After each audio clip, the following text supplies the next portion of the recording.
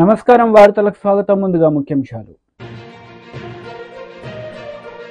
మాజీ మంత్రి KTR press meet, పలు అంశాలపై వివరణ.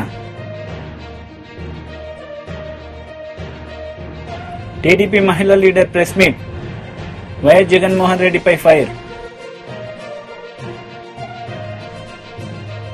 మాజీ మంత్రి కేటీఆర్ మీడియా సమావేశం నిర్వహించారు. ఈ సందర్భంగా పలు అంశాలపై ఆయన మాట్లాడారు. మనం ముందుకు పోవచ్చు అనే పరిస్థితి సిరిసిల్లలో వస్తూ ఉండే.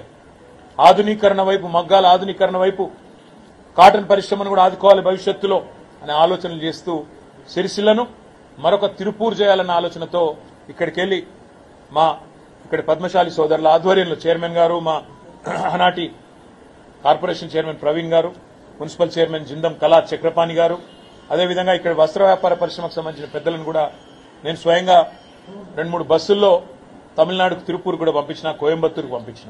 ఎందుకంటే మరొక తిరుపూర్ మాదిరిగా మన సిరిసిల్లను తీర్చిదిద్దాలనే ఉద్దేశంతో ఇవన్నీ జరిగి ఇంత పెద్ద ఎత్తున ఆర్డర్లు వచ్చి సిరిసిల్లలో ఆత్మహత్యలు బంద్ అయి, జీతాలు డబల్ అయి, కార్మికులై 8,000 సంపాదించే వాళ్ళు 20,000 సంపాదించే కాడికి ఎదిగి కొద్దిగా ఇప్పుడిప్పుడే ముఖం తెలివికి వస్తున్న ఈ సమయంలో దురదృష్టవశాత్తు మా ప్రభుత్వం పోయి మళ్లీ దిక్కుమాలిన కాంగ్రెస్ ప్రభుత్వం వచ్చింది. దిక్కుమాలిన కాంగ్రెస్ అని ఎందుకంటున్నా అంటే వాళ్ళు చేస్తున్న పనులు అట్లా ఉన్నాయి. గుర్ర లేదు, నా మీద కోపం, మా పార్టీ మీద కోపం, నన్ను ఇక్కడ నుంచి ప్రజలు 5 సార్లు ఎమ్మెల్యేగా గెలిపించారనే కోపం, ఇక్కడ ఉండే కాంగ్రెస్ అభ్యర్థులను తిరస్కరిస్తున్నారనే కోపం, దాంతో ఆ కక్ష ఇయ్యాల ప్రజల మీద, మా నేతన్నల మీద పగబట్టినట్టే తీర్చుకుంటా ఉన్నారు. మొత్తం బతుకమ్మ చీరల ఆర్డర్లు బంద్ చేసింది, డైలాగులు కొట్టిరు. కాకపోతే బతుకమ్మ చీరలు ఏదో కుంభకోణం అయింది, లంబకోణం అయింది, ఏమో అయిపోయింది, దాన్ని పరిశోధిస్తామన్నారు. పరిశోధించండి, శాసనసభ వేదికగా చెప్పిన చేయండి, మీరు ఏ ఎంక్వైరీ కావాలనుకుంటే ఆ ఎంక్వైరీ చేయండి, మాకేం అభ్యంతరం ఏం చెప్పిన. ఏదో సూరత్కి వెళ్లి తెస్తున్నారు అని ముఖ్యమంత్రి ఏదో సన్నాయి నొక్కులు నొక్కబోతే కూడా అసెంబ్లీలో చెప్పిన. నేను సూరత్కి వెళ్లి మొదటి సంవత్సరం ఆర్డర్ లేట్ అయితే కొంత తెచ్చినాము, ఆ రోజున్న డైరెక్టరే ఈ రోజు మీ సెక్రటరీ, చెక్ చేసుకో అని చెప్పిన. కావాలంటే ఏ ఎంక్వైరీ చేసుకుంటావో చేసుకో అని కూడా చెప్పిన. ఇంట్లో కుంభకోణం లేదు, లంబకోణం లేదు, నువ్వు పిచ్చోను అని చెప్పిన.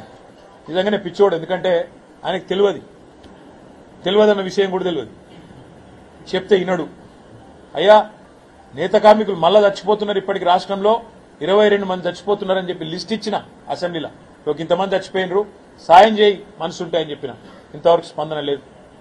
రైతులు చచ్చిపోతున్నారు, వాళ్ళ లిస్ట్ ఇచ్చిన, స్పందన లేదు. ఆటో డ్రైవర్లు ఆత్మహత్య చేసుకుంటున్నారు, చూడు అన్న, లిస్ట్ ఇచ్చిన, స్పందన లేదు. అసెంబ్లీలో ఇచ్చిన, స్పందన లేదు. ఇవాళ నేను ఈ రాష్ట్ర ప్రభుత్వాన్ని ఒకటే డిమాండ్ చేస్తా ఉన్నా. మీరే మీ ప్రభుత్వం వచ్చినాక పెద్ద పెద్ద మాటలు నరికిండి ఇడికొచ్చి. మంత్రులు, ఇక్కడ ఉండే కొంతమంది కాంగ్రెస్ నాయకులు ఏదో కేసీఆర్ గారి ప్రభుత్వంలో ఏదో అన్యాయం అయిపోయింది, మేము ఇంకా బాగా చేస్తాం, 365 రోజులు ఉపాధి ఇస్తాం నేతన్నలకు అన్నారు. మరి ఇవాళ 10 నెలలు నిండతందుకు వచ్చింది, 11 నెలలు అడుగు పెడతాం ఇంకో 4-5 రోజులు అయితే. మరి ఏం సాధించింది మీరు, ఏమిచ్చారు చెప్పాలని నేను అడుగుతున్నా. మా ప్రభుత్వం ఉన్నప్పుడు మొత్తం 9.5 ఏళ్లలో ఒక్క సిరిసిల్లకు 3,312 కోట్ల ఆర్డర్లు ఇచ్చింది. మరి మాకంటే ఎక్కువ చేస్తామన్నోళ్ళు, 365 రోజులు పని కల్పిస్తామన్నోళ్ళు, మీరు 6 నెలలే కల్పించారు, 7 నెలలే కల్పించారు అన్నోళ్ళు మరి డబల్ ఇవ్వాలి కదా ఆర్డర్. మేము 3,300 ఇస్తే నువ్వు 6,600 ఇవ్వాలి కదా ఆర్డర్లు. ఇప్పటికి ఎన్ని ఇచ్చినావు? కానే వస్తుంది, 10 నెలలు పూర్తయింది, 11 నెలలు పడుతూనే ఉన్నది. మరి ఏం జరిగింది? మా సిరిసిల్ల నేతన్నలు కూడా ఆలోచించాలని నేను కోరుతా ఉన్నా. ఇవాళ వాళ్ళొకరు వీళ్ళొకరు వచ్చి నోటికొచ్చినట్టు మాట్లాడుతూ ఉన్నారు. నేను వారికి గుర్తు చేస్తున్నా, 3,312 కోట్లల్లా మా ప్రభుత్వం పోతుందని మేము అనుకోలే. అనుకుంటే నేనే పోయేటప్పుడే మొత్తం బాకీ క్లియర్ చేసి పోతుండే. ఎంత బాకీ ఇచ్చిపెట్టినాం మేము? 3,312లా 200 చిల్లర కోట్లు మాత్రమే ఇచ్చేది ఉండే. అంటే ఎంత పర్సెంట్ అది? 1% కూడా కాదు. అందుకే నేను అంటున్నా, తెలిసి తెలియక కాంగ్రెస్ సన్నాసులు మాట్లాడే మాటలు, వాటికి మీరు ఆగం కాకుండ్రి, కన్ఫ్యూజ్ కాకుండ్రి. మీ తరఫున కొట్లాడుతందుకు మేము ఉన్నాం, కానీ పోరాటానికి మీరు కూడా ముందుకు రావాలని చెప్పి నేను కోరుతా ఉన్నా. సిరిసిల్ల నేతలు కొట్లాడడానికి మేము సిద్ధంగా ఉన్నా, మీ తరఫున మాట్లాడడానికి మేము సిద్ధంగా ఉన్నా. అనవసరంగా వాళ్ళు వేసే ఎత్తుగడలకు మీరు ఆగం కాకండి. నేను ముఖ్యమంత్రిని డిమాండ్ చేస్తా ఉన్నా. నువ్వే చెప్పినావు, ఒక చీర కాదు 2 చీరలు ఇస్తా అన్నావు. దొరసాన్లకి ఇయ్యా, నేను సెల్ఫ్ హెల్ప్ గ్రూప్ లో పనిచేసే మా ఆడబిడ్డలకు ఇస్తాను, సంతోషం. ఒక చీర కాదు 2 చీరలు కానీ ఆ 2 చీరల ఉత్పత్తి సిరిసిల్ల నేతన్నలకి ఇస్తే వాళ్ళ బతుకు బాగుపడుతుంది. నీకు కూడా అర్థమవుతుంది ఇక్కడ సమస్య ఏందో. తద్వారా కనీసం కొంత జ్ఞానోదయం అని అవుతుంది. నేను ఒకటే ఒక్క డిమాండ్ ఈ ప్రభుత్వాన్ని చేస్తా ఉన్నా. ఏ కారణం చేత ఈరోజు సిరిసిల్లను గోసవుచ్చుకుంటున్నావు, ఇక్కడ నేతన్నలను గోసవుచ్చుకుంటున్నావో చెప్పాలని చెప్పి నేను డిమాండ్ చేస్తా ఉన్నా. 10 ఏళ్లు చక్కగా నడిచిన వ్యవస్థ ఆత్మహత్యలు బంద్ అయిపోయిన పరిస్థితి నుంచి ఇలా మళ్ళొక్కసారి ఆత్మహత్యలు జరుగుతున్నాయంటే నీకు కనీసం మనసు లేదా? కనీసం ఆ మనసులో ఒక్క క్షణమన్న బాధ అనిపిస్తలేదా? ఆలోచించమని చెప్పి ముఖ్యమంత్రిని కోరుతా ఉన్నా. అదే మాదిరిగా సిరిసిల్లలో ఒక నేతన్నలే కాదు అందరూ ఇబ్బంది పడతా ఉన్నారు.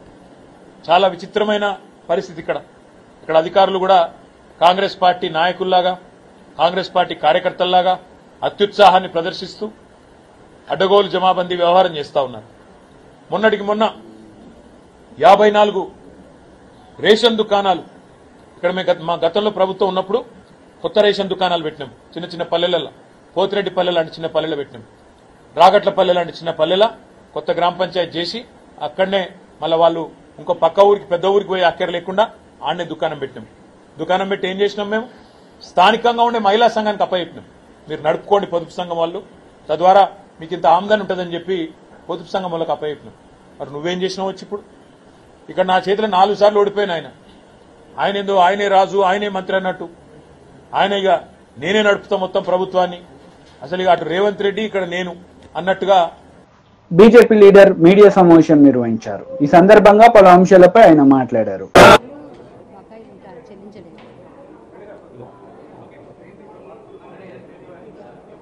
అధ్యక్షులు ఓబీసీ మోర్చా ఆనంద్ గౌడ్ గారు, మాజీ మంత్రివర్యులు శ్రీ కృష్ణ యాదవ్ గారు, ఈశ్వరప్ప గారు, రాజేశ్వరి గారు, ప్రేమేంద్ర రెడ్డి గారు, డాక్టర్ కాసం వెంకటేశ్వర గారు, కార్యకర్త మిత్రులు, పాత్రికేయ మిత్రులు, భారతీయ జనతా పార్టీ రాష్ట్ర కార్యాలయంలో చాకలి ఐలమ్మ 129వ జయంతి ఉత్సవాలు ఆనవాయితీగా జరుపుతూ ఈ వృత్తిలో ఉండేటువంటి చాకలి సామాజిక వర్గానికి ఆ వృత్తులను కాపాడాలని, ఆ వృత్తులు ఇంకా ఆధునీకరించి ఈరోజు సంపద సృష్టించేటువంటి ఈ వర్గాలు ఏ కుల వృత్తుల మీద ఆధారపడి జీవిస్తున్నారో నేత, గీత, మత్స, కమ్మరి, కుమ్మరి, వడ్రంగి, చాకలి, మంగలి ఈ అన్ని వృత్తులను నరేంద్ర మోడీ గారు ఈ వృత్తులు లేని, ఈ కులాల మీద ఆధారపడేటువంటి వర్గాలు లేని సమాజమే లేదు. ఏ శుభకార్యాలైనా లేదైనా చివరికి చావుకైనా మరి దేవుడి కార్యక్రమాలకైనా ఈ వృత్తుల మీద ఆధారపడి ఏ శ్రమ జీవులుగా ఇవాళ కొనసాగుతున్నారో వారి జీవితాల్లో వెలుగు నింపేదానికి ప్రధానమంత్రి విశ్వకర్మ ఓ పథకాన్ని ప్రవేశపెడితే 20 లక్షల మంది దేశవ్యాప్తంగా ఈరోజు వారికి శిక్షణ కల్పించి స్టైఫండ్ ఇచ్చి 15,000 ఆధునికరమైనటువంటి పనిముట్లు వారికి పంపిణీ చేసి మళ్ళీ 1 లక్ష రూపాయలు మొదటి విడతగా నామమాత్రం వడ్డీతో లోన్లు ఇచ్చి ఆ వృత్తిలో తయారు చేసేటువంటి పరికరాలను మార్కెటింగ్ వ్యవస్థ కూడా కేంద్ర ప్రభుత్వమే, నరేంద్ర మోడీ ప్రభుత్వమే వివిధ శాఖల ద్వారా ఇవాళ చేపట్టడం. అంటే 20 లక్షల కుటుంబాలను ఇవాళ ఏ పల్లెల్లో మరి ఆ వృత్తి మీద జీవిస్తున్నారో ఆ పల్లె నుంచి పట్టణాలకు వలస రాకుండా ఆర్థికంగా మరి వాళ్ళు నిలదొక్కడమే కాకుండా ఆ గ్రామీణ ఆర్థిక వ్యవస్థకు మరి దోహదపడేటువంటి ఈ వర్గాలకు మరి నిజంగా నరేంద్ర మోడీ గారికి అభినందనలు, ధన్యవాదాలు. ప్రధానమంత్రి విశ్వకర్మ పథకాన్ని మొదటి విడతగా 20 లక్షల మంది, మళ్ళీ రెండో విడత కూడా వారు ప్రకటించడం జరిగింది. అయితే ఈరోజు మన రాష్ట్రంలో కూడా చాకలి ఐలమ్మ ఆనాడు నిజాంకు వ్యతిరేకంగా ఈ ప్రాంతం స్వతంత్రం కావాలి, నిజాం యొక్క ఉక్కు పాదాల నుంచి మరి విముక్తి పొందాలని చెప్పి మరి తిరుగుబాటు చేసి పోరాటం చేసినటువంటి వీరనారి చాకలి ఐలమ్మ. ఆనాడు రజాకాల ద్వారా లేదా నిజాం తొత్తులైనటువంటి ఆ రోజు జమీందారులు దేశ్ముఖులు దొరలకు ఎందుకు పన్ను కట్టాలి, ఇది భూమి నాది, పంట నాది, పండించిన ధాన్యం నాది, ఈ దొరలకు జమీందారులకు ఎందుకు పన్నులు కట్టాలని తిరుగుబాటు చేసినటువంటి మొదటి మహిళ చాకలి ఐలమ్మ. ఆ రకంగా తన సైన్యాన్ని ఏర్పాటు చేసుకొని ఆ చైతన్యాన్ని పూరించి ఏ రకంగా పారదొలిందో గ్రామాల నుంచి ఈ నిజాం యొక్క తొత్తులను, అది చాకలి ఐలమ్మ యొక్క చరిత్ర.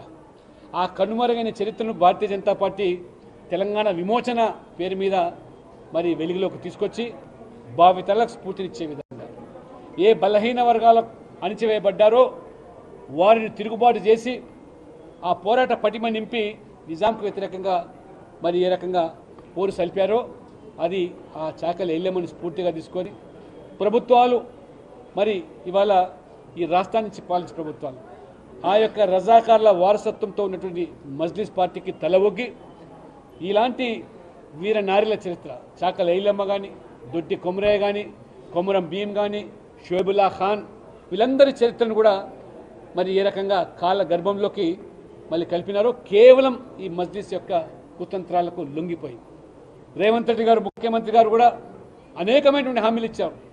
ఇప్పుడు కొత్తగా సంతోషం, చాకలి ఐలమ్మ పేరు మీద మహిళా కోటి విశ్వవిద్యాలయంలో ఉన్నటువంటి మహిళా విశ్వవిద్యాలయాన్ని చాకలి ఐలమ్మ విశ్వవిద్యాలయంగా మార్చారు. కేవలం పేరు మార్చినంత మాత్రం సరిపోదు. ఏం చాకలి ఐలమ్మ అయితే నిజాంకు వ్యతిరేకంగా పోరాడి విమోచన పొందినామో ఆ విమోచన దినోత్సవాన్ని కూడా నువ్వు మరి జరపకుండా ఎందుకు జంకుతున్నావు, ఇవాళ ఓవైసీకి ఎందుకు తలగుతున్నావు, మరి ఈరోజు మరి ప్రజాపాలన పేరు మీద అని ఉత్సవాలు నిర్వహిస్తూ ఉంటున్నాం. నిజాం మీద పోరాటి సాధించినటువంటి ఆ విముక్తి పోరాటానికి నిర్వచనమే విమోచన. కాబట్టి అంతేకాకుండా గత ప్రభుత్వం ఈ యొక్క వర్గాలన్నీ కూడా విస్మరించి కేసీఆర్ ప్రభుత్వం, బీఆర్ఎస్ ప్రభుత్వం మోసం చేస్తే, బీసీలను అణచివేస్తే వైసీపీ లీడర్ మీడియా సమావేశం నిర్వహించారు. ఈ సందర్భంగా పలు అంశాలపై ఆయన మాట్లాడారు. ప్రభుత్వం కూడా బాధ్యత వహించాల్సి ఉంటుంది. అక్కడ ఎందుకు పని చేయట్లేదు, ఏం చేయట్లేదు, అక్కడ మరి ఆ సిస్టమ్స్ అన్ని కూడా సరిగా ఉన్నాయా లేవా అనేది ప్రభుత్వం కూడా చూసుకోవాలి. ప్రభుత్వం ఎంతవరకు దానికి అంతా కూడా సహకరించి ఎన్ని ఇన్స్ట్రుమెంట్స్ కానీ ఏదైనా కొనుక్కోవడానికి కూడా సహకరించింది, ఇవన్నీ కూడా ఉంటాయి. ఏమీ చూడకుండా చేయకుండా ఒక అధికారిని అందరి ముందు అది ఆ సిస్టమ్ ఆయన అన్నట్టుగా మరి అప్పటి ముఖ్యమంత్రిని చూస్తారు అని చెప్పి అనంటే అది బెదిరించినట్టుగా ఉంది అక్కడ. ఎందుకంటే అప్పుడు కూడా అట్లే చేశారు. మరి ఆ రోజున జన్మభూమి కమిటీ మీటింగ్లలో మాట్లాడుతూ ఎక్కడంటే అక్కడ అధికారుల్ని ఆ యొక్క స్టేజ్ మీదకి పిలిచి అందరి ముందు మరి వాళ్ళని అవమానపరిచి చాలామంది వాళ్ళకి హార్ట్ ప్రాబ్లమ్స్ వచ్చి పడిపోయినటువంటి సంఘటనలు కూడా మనం ఇదివరకు చూసాం. మరి అదే స్టైల్లో మరలా ఇప్పుడు అధికారులను భయపెట్టడం అనేది పద్ధతిగా లేదు అని చెప్పేసి కూడా నేను ఈ సందర్భంగా మరి తెలియజేస్తా ఉన్నా. మరి ముఖ్యమంత్రి గారు మరి సీనియర్ పొలిటీషియన్, మరి ఎన్నోసార్లు ప్రభుత్వంలో ముఖ్యమంత్రిగా చేశారు. మరి అధికారులు, ప్రభుత్వాలు వస్తూ ఉంటాయి, పోతూ ఉంటాయి. ఐఏఎస్ కానీ, ఐపీఎస్ కానీ, ఇతర చిన్న అధికారులు కానీ, ఎవరైనా కానీ ప్రభుత్వంలో వాళ్ళు పర్మనెంట్గా ఉంటారు. వాళ్ళు రిటైర్మెంట్ వయసు వచ్చిన దాకా ఉద్యోగస్తులు పనిచేస్తూ ఉంటారు. వాళ్ళని ఎక్కడ పోస్టింగ్ ఇస్తే అక్కడ చేస్తూ ఉంటారు.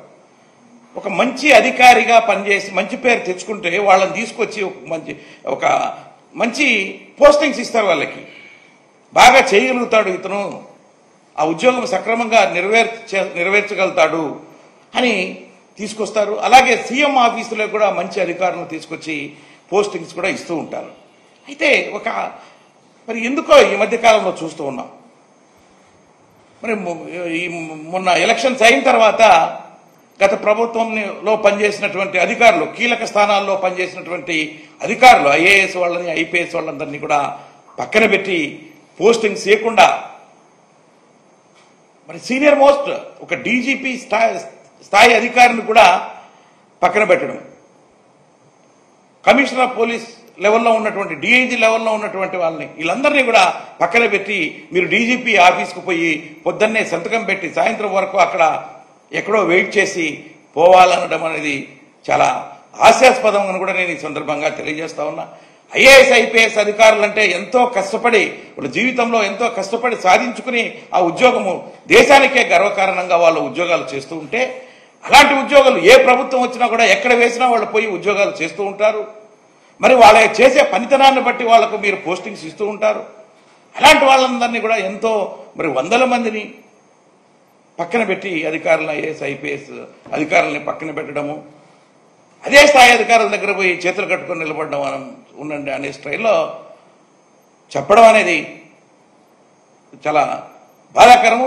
అంతతో వదట్లేదు. వాళ్ళ మీద అనవసరమైనటువంటి కేసులు ఈ మధ్యన చూస్తూ ఉన్నారు. విజయవాడలో పనిచేసినటువంటి అధికారుల మీద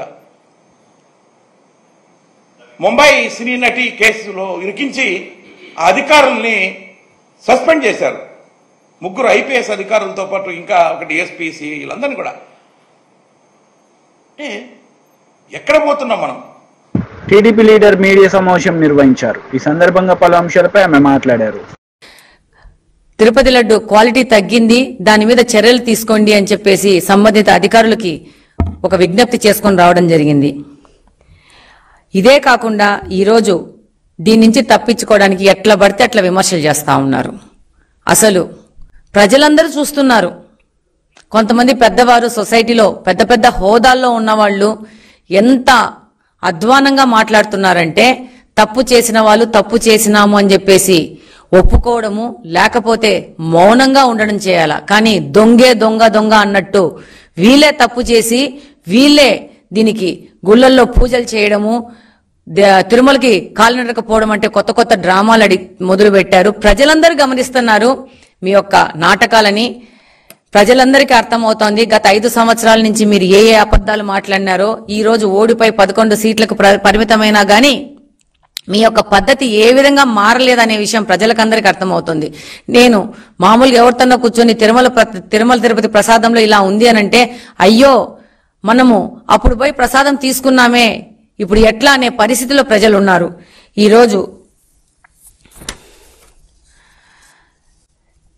ఈరోజు ఈ ప్రక్షాళన చేస్తున్నామని చెప్పేసి చంద్రబాబు నాయుడు గారి పాలనలో ఏదో జరిగింది, అందుకని పూజలు చేస్తున్నాం, ప్రక్షాళన చేస్తున్నామని అంటున్నారు. ప్రజలు దీన్ని చూసి నవ్వుతున్నారు. ఈరోజు ప్రక్షాళన చేస్తామని చేస్తున్నారు కదా, మీ యొక్క భార్యని ఏ రోజైనా కానీ మీరు తిరుమల దేవస్థానానికి తీసుకెళ్లారా? ఈరోజు కాలినడక మీద మీరు తిరుమలకి వెళ్తున్నామంటున్నారు. ఇప్పుడు మొదటిసారి మీరు తిరుమలకి వెళ్తున్నారా కాలినడకనా? ఇంతకు ముందు ఎప్పుడైనా వెళ్లారా? లేకపోతే ఈ యొక్క అపవాదు నుంచి తప్పించుకోవడానికి ఈ నడక అనే కొత్త నాటకాన్ని మీరు మొదలు పెడుతున్నారా అనేది మేము ఈ సందర్భంగా మిమ్మల్ని ప్రశ్నిస్తున్నాం.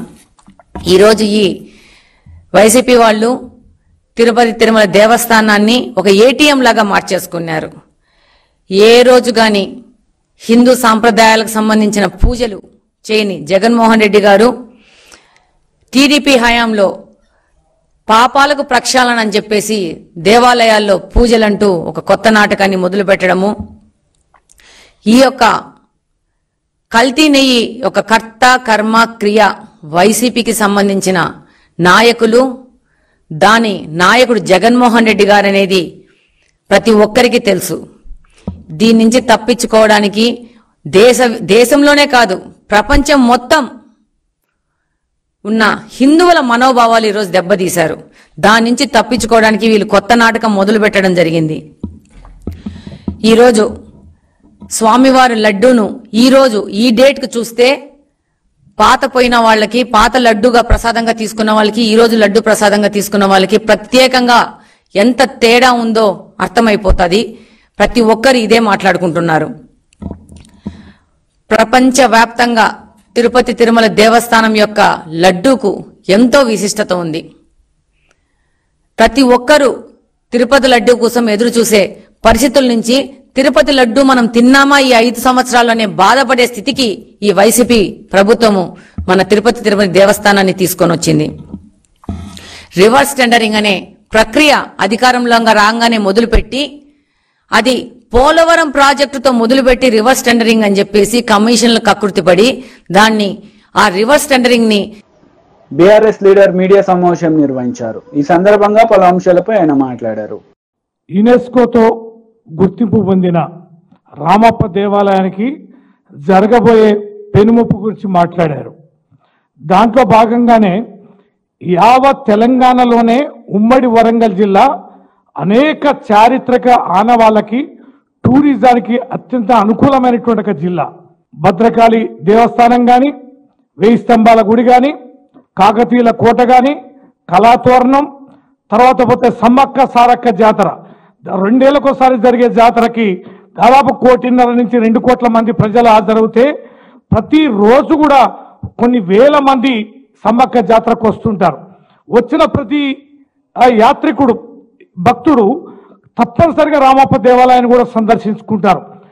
వేల మంది, లక్షల మంది, కోట్ల మంది వివిధ ప్రాంతాల నుంచి, వివిధ రాష్ట్రాల నుంచి ఈ యొక్క దేవాలయాన్ని సందర్శించి ఒక చారిత్రక గొప్ప ఆనవాలుగా దక్షిణ భారతదేశంలో ఉన్న 800 సంవత్సరాల క్రితం నిర్మించిన అద్భుతమైనటువంటి కట్టడంగా అనేకమైన అద్భుతమైన శిల్పాలతో నాడు కాకతీయులు నిర్మించిన ఆ గుడిని చూసి అందరూ అబ్బురు చెందుతారు. అందుకనే అంతర్జాతీయ సంస్థ అయిన యునెస్కో గుర్తించి ఆ గుర్తింపించిన ఏకైక దేవాలయం. అలాంటి దేవాలయానికి సంబంధించి పరిరక్షణకు గాను కొన్ని గైడ్ లైన్స్ ఉన్నాయి. ఆ గైడ్ లైన్స్ కి అనుగుణంగానే దీనికి సంబంధించి అది కూడా మళ్ళీ కాంగ్రెస్ ప్రభుత్వం పివి నరసింహారావు గారు పేరు పెట్టి పివి నరసింహారావు ఓపెన్ కాస్ట్ అక్కడ ప్రారంభించబోయేది. 300 మీటర్ల లోతులో ఆ యొక్క ఓపెన్ కాస్ట్ నిర్మించడానికి ప్రయత్నం చేస్తున్నారు.